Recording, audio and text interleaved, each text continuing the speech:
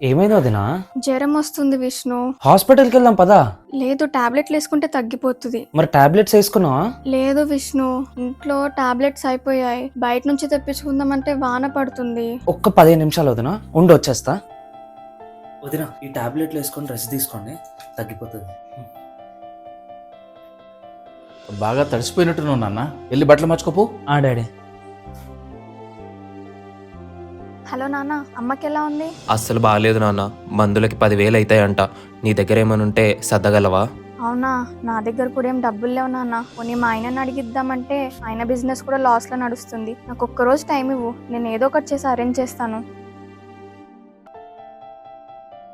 వదినా, అన్న మీకు ఇవ్వమని 10,000 ఇచ్చాడు, అది మీకు ఆన్లైన్ చేశాను. అదే మామయ్యకి బాగాలేదంట కదా, ఇంటికి పంపించండి.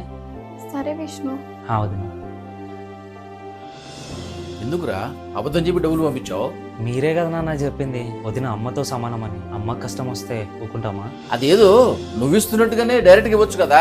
అన్న వదినల కంటే నేను చిన్నోని కదా డాడీ, వాళ్ళకి నేను డబ్బులు ఇస్తే తీసుకోరు. అయినా వాళ్ళు నా ముంగట చేజాపడం నాకు ఇష్టం లేదు డాడీ. వదినని అమ్మలా చూసే మరిది మీకు కూడా ఉంటే కమెంట్ సెక్షన్లో కమెంట్ చేయండి.